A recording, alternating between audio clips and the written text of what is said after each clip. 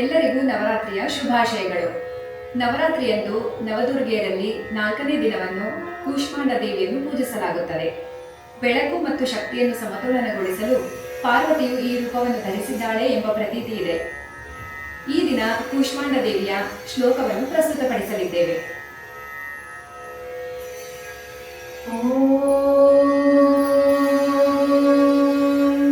या देवी सर्वभूतेषु कूष्माण्डरूपेण संस्थिता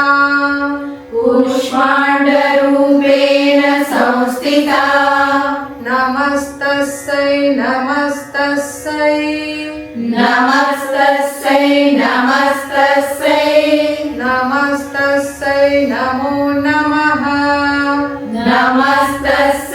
नमो नमः या देवी सर्वभूतेषु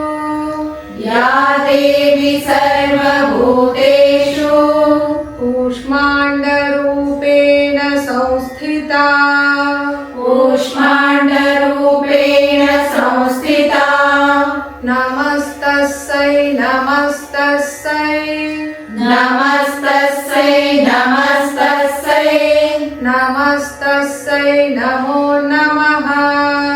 नमस्तस्यै नमो नमः या देवी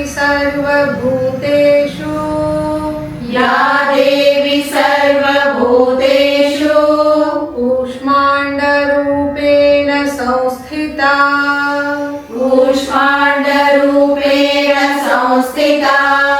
नमस्तस्यै नमो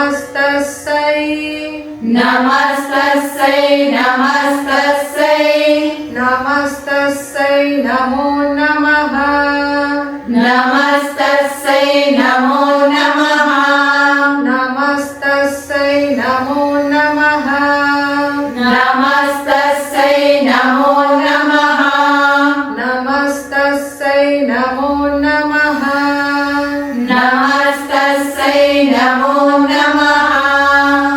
ಎಲ್ಲರೂ ಈ ತಾಯಿಯ ಒಂದು ಶ್ಲೋಕವನ್ನು ಹೇಳಿ ತಾಯಿಯ ಕೃಪೆಗೆ ಪಾತ್ರರಾಗಿ.